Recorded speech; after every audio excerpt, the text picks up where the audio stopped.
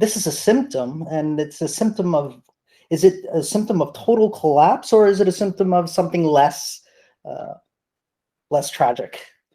That's like with Bitcoin. Are we in a total collapse of Bitcoin for the cycle, or are we mid-cycle, right? There's no such thing as a total. It's so you cannot say, I think, in advance, because I don't have enough training data to not overfit, right? I can always create a model of the past that fits everything, but I cannot use my learning of the past to accurately predict the future. The yesterday's weather principle, you're only right probabilistically a certain amount of time. So we're never in a situation in the world where industrialized societies failed. This is the first time that they might. Right? We never had a situation in the world where there were 7.5 billion people on the planet, and so it's in some sense completely novel. There are similarities. We saw the failure of the Roman Republic and the replacement of the rationalist government of the Roman Republic by a cult that lasted for 1,500 years. Is this going to repeat? Right? We don't know. And what cult? The Christian cult. Right? Okay. The Roman society did not manage to fix its incentives for the government. They made some wrong political decisions in terms of splitting the power of the government and allowing the wrong people to come to power and have the wrong candidate selection mechanisms and so on. They made some decisions about immigration of people in large groups that were not committed to the order of the Roman Empire, but to their own tribal orders.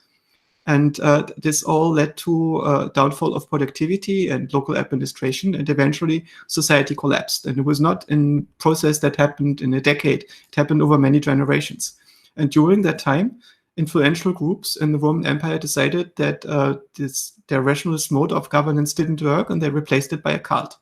And this cult was constructed by adopting the Hebrew religion, which was not a state religion, but a tribal religion. It was a single ethnicity that was integrated into the Hebrew cult. And they took this thing and rewrote its storybook, its mythology, into a humanist fashion by integrating Jesus Christ. And then imposed this onto the entire Roman Empire. It was like an operating system for a society that was designed to work under these new circumstances.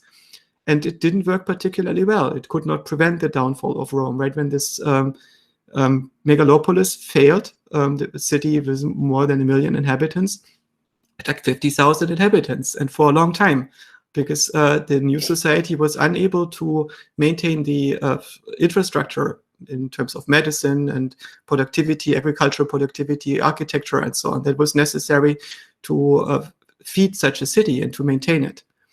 And that even Latin failed as a language and was replaced by a local provincial dialect that we now know as Italian. And we lost technologies, right? So the Roman Empire, there was lost technologies for many, many, many years after that. We are not a continuation of the Roman Empire. The Roman Empire completely collapsed. The olive oil civilizations collapsed and were eventually replaced by the butter civilizations, by those north of the Alps. Yes, which were at the time of the Roman Empire disorganized tribes that did not believe in something like a Pax Romana, in an order that was given by adherence to rule of law. In these tribal societies, you had rights based on the number of people that you had under weapons and how well they were following you and supporting you in what you were doing, right? So power was mostly translated by the projection of power. And in a society like the Roman Empire, you build some kind of Death Star, a well-organized military that makes it impossible for civilians to interact in an organized way using violence.